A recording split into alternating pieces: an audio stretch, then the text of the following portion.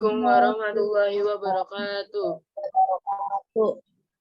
Kami dari kelompok 4 ingin mempresentasikan siklus fosfor. Sebelumnya kami akan memperkenalkan diri terlebih dahulu. Nama saya Naila Nafisa dari absen 26. Nama saya Yolanda Emanuela Meswari dari absen 36. Nama saya Muhammad Haikal Iksan dari absen 19. Nama saya Leti Naftali dari absen 14.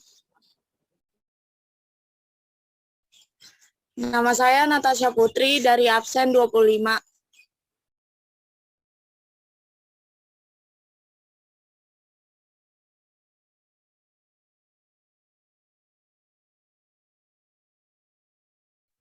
Di sini saya Yolanda Emanuela Meswari akan menjelaskan peranan fosfor. Peranan fosfor itu mempunyai bentuk yaitu ATP. ATP atau bisa dibilang sumber energi siap pakai untuk metabolisme sel.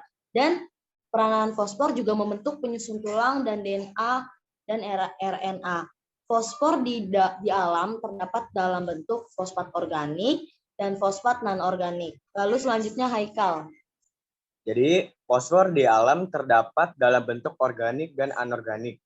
Dan ini sama sekali dalam bentuk gas. Nanti kalau pada siklus biogeokimia, jadi di sana misal ada karbon nitrogen ditemukan dalam gas. Kalau fosfor ditemukan dalam bentuk fosfat organik, dalam bentuk hewan dan tumbuhan.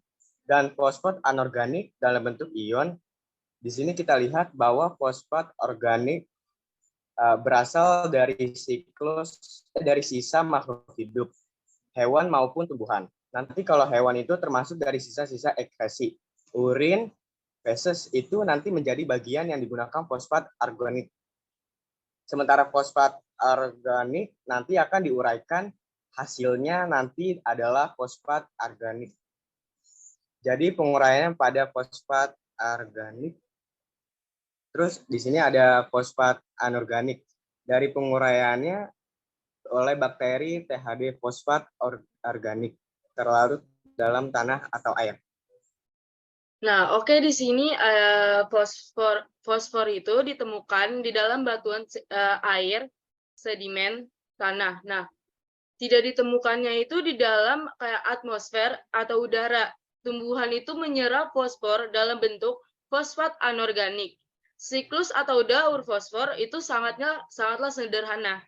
Baik, saat terjadinya hujan, dia itu melarutkan fosfat anorganik pada tanah, batuan, dan air tanah. Lalu dia itu mengalir dan mengalami pelapukan atau mengalami erosi yang disebut dengan sedimentasi di laut. Selanjutnya yaitu ada fosfat anorganik. Fosfat anorganik itu diserap dengan tumbuhan lalu dimakan dengan hewan. Nah, sisanya itu detritus. Oke. Di sini ada hewan dan tumbuhan. Jadi hewan dan tumbuhan mati. Sisanya sisa-sisa dari hewan itu akan berubah menjadi detritus. Nah, habis itu diuraikan menjadi fosfor anorganik.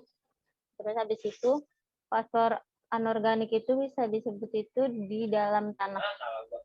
Oke, saya akan melanjutkan penjelasan dari Ovi. Telah diuraikan fosfat organik di dalam tanah, tahap selanjutnya itu mengalir bersama air tanah dan juga lalu ke tahap mereka ke lautan.